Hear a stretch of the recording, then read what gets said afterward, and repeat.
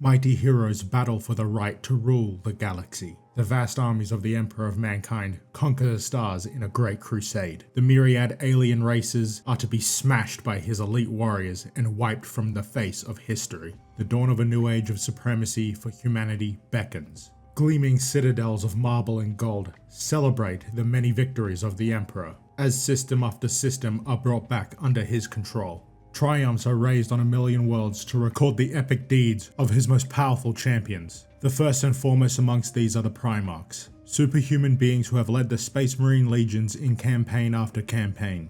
They are unstoppable and magnificent, the pinnacle of the Emperor's genetic experimentation, while the Space Marines themselves are the mightiest human warriors the galaxy has ever known, each capable of besting 100 normal men or more in combat. Many other tales told of these legendary beings, from the halls of the Imperial Palace on Terra to the outmost reaches of the Ultima Segmentum. Their deeds are known to be shaping the very future of the galaxy. But can such souls remain free of doubt and corruption forever? Or will the temptation of greater power prove too much for even the most loyal sons of the Emperor? The seeds of heresy have already been sown, and the start of the greatest war in the history of mankind is but a few years away. Alright, so I've finished with Sanguinius the Great Angel, which is written by Chris Wright, and it follows a remembrancer called Cortenia, where he is sent to the homeworld of the Blood Angels, Baal, where he is basically there to document their activities and their history and stuff like that. And I just wanted to read some of the stuff involving Cortenia meeting the Space Marines and the Primarch Sanguinius, but there are plenty of other things that I do want to talk about, but I will probably make those into separate videos. So let's get into it. Ignore the wings. His legion does. They're tolerant of physical variations. They've had to be, and it's just another weapon really. Another power he has. But it shouldn't be possible? I know. But it's there. They exist. If you just stare at them, make something of it, you'll insult him. I don't want to do that. He might like you. He's kind. At least, some of the time he is. Surprisingly so, given what he has to do. He's patient and intelligent. Extremely intelligent. I wouldn't try to match wits with him. I wasn't planning to. He doesn't respect weakness though. None of them do. They come from a hard world. They dismiss anything that can't match up. Great. For some reason, they had a troubled past, but it's over and they're an exemplar now, not something to be ashamed about. I didn't know there had ever been shame. All I knew at that point was the old broad strokes account, that the Legion had been under strength and had underperformed before they discovered the Primarch. He'd remade them, boosted the numbers, improved morale, and now the 9th were paragons, among the very best of the Emperor's elite.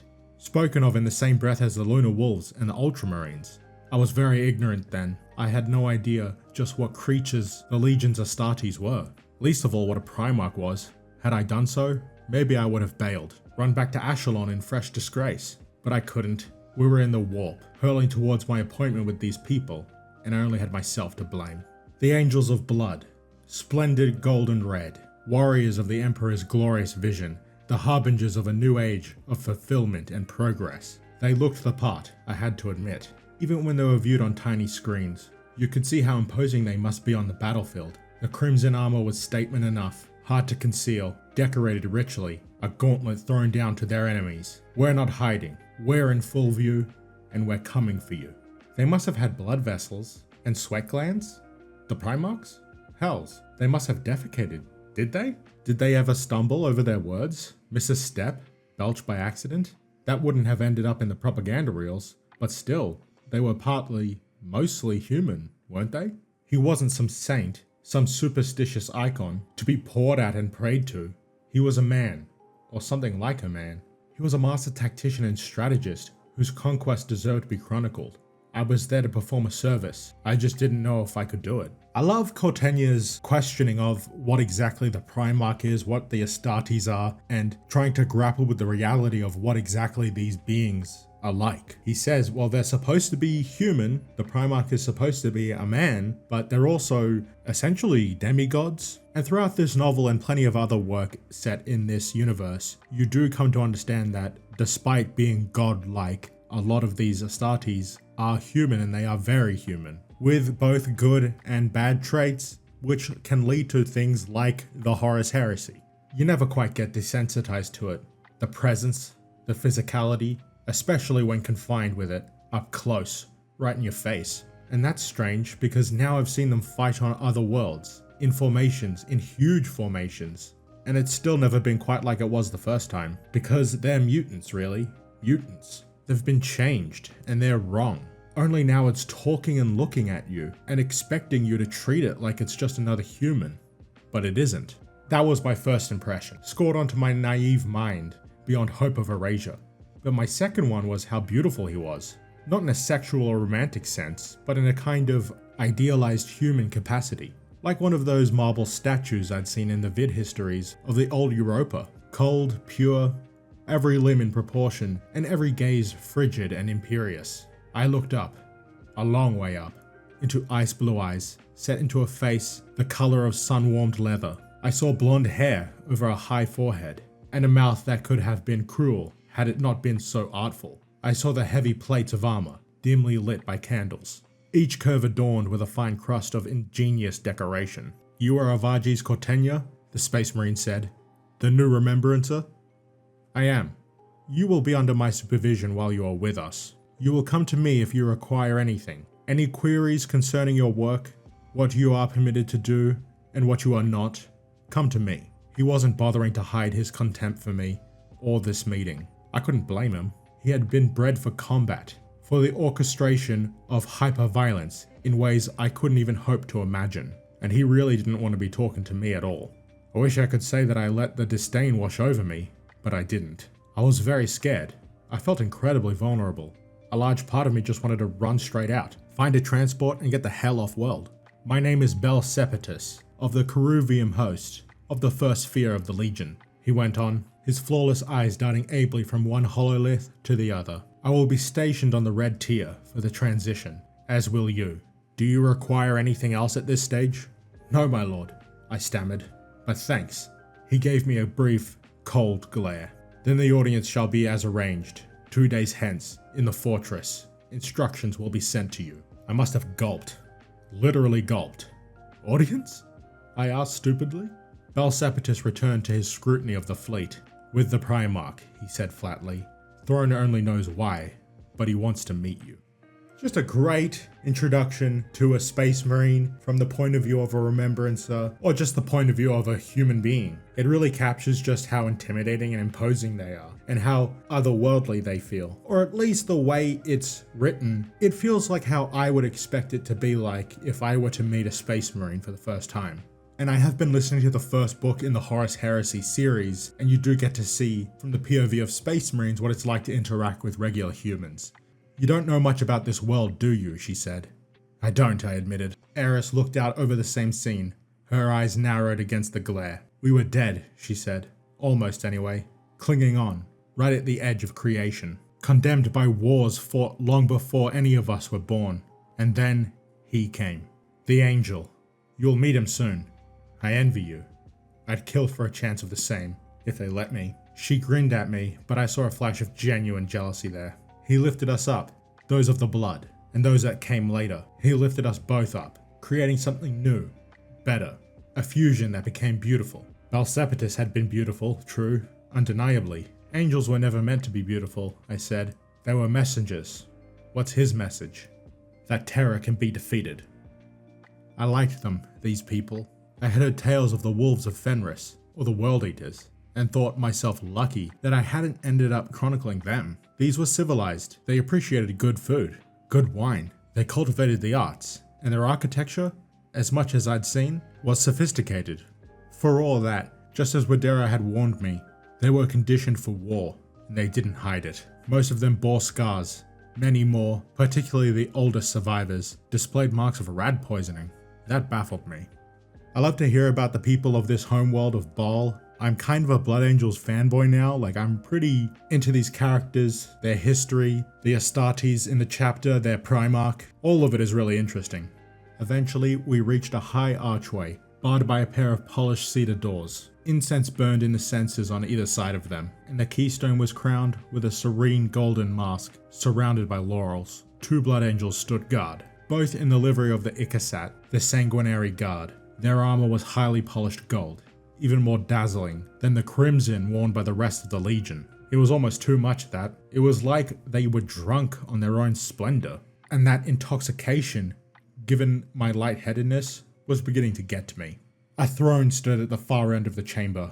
It was empty. Its legitimate occupier stood at the bottom of the steps leading up to it, conferring with a small group of aides. Perhaps he only ascended to the lofty position in times of festival or crisis, ready to issue dire proclamations to the assembled faithful in the manner of an ancient monarch. Or maybe he never used it. I suspected the latter, because everything I know of his character indicates that he hated formality and nursed endless doubts over his own right to rule. And that's part of his legend, isn't it? One who only reluctantly assumed the trappings of a king, preferring instead the fellowship of his warriors. The odd thing, of course, is that such a statement of humility only made him more intimidating. He was there, right in front of me. We were walking into his presence, pushing our way steadily past the groups of officials and commanders. At any moment, he might swivel that serene head, angle that piercing gaze at me, and we would be on the same level, in the same room, somehow expected to converse with one another. Of course he was beautiful. Of course he was splendid. He appeared almost as a source of illumination himself, something that glowed with a halo of burning gold, while everything else glistened in soft reflected focus. His face was lean but not overly so. His ceremonial plate was as fine as all the rest of the armor pieces in that hall. Maybe Widera's injunctions had done their work, but I didn't find the wings as distracting as I'd feared. They should have been the only thing that I could look at, but in that place, at that time, they merely seemed a natural component of the finery of the entire scene. Just another fragment of his genius for the arresting image. They didn't seem wrong.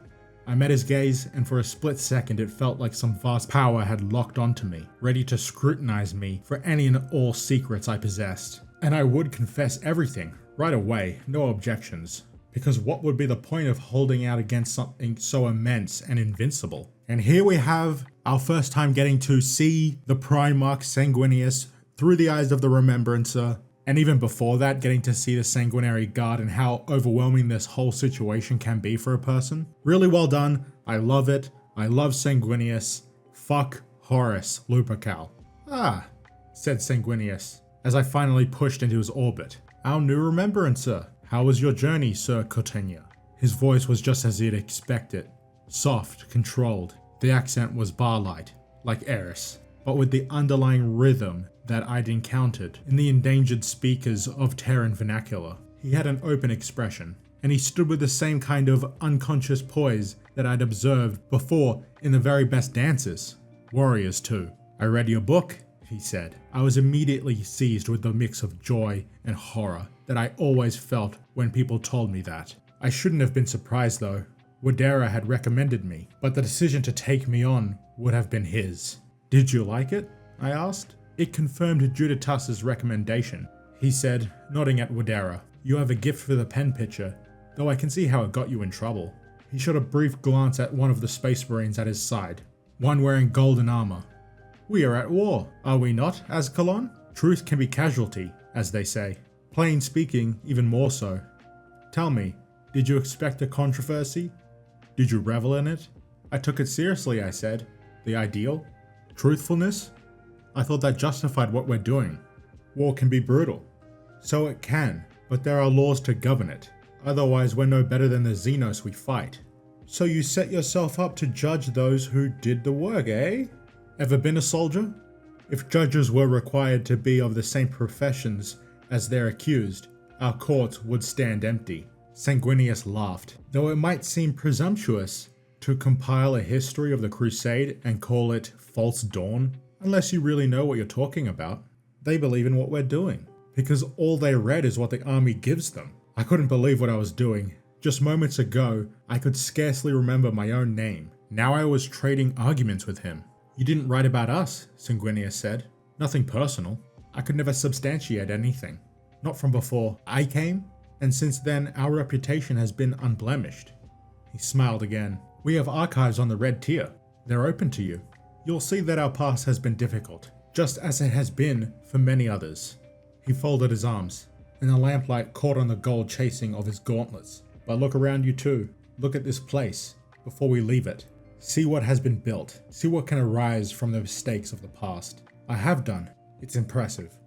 The fact that Cortenia is able to go from being in awe of this godlike creature to being someone who can just converse with him and have an argument with him essentially just highlights how human the Primarchs and the Astartes really are at the end of the day.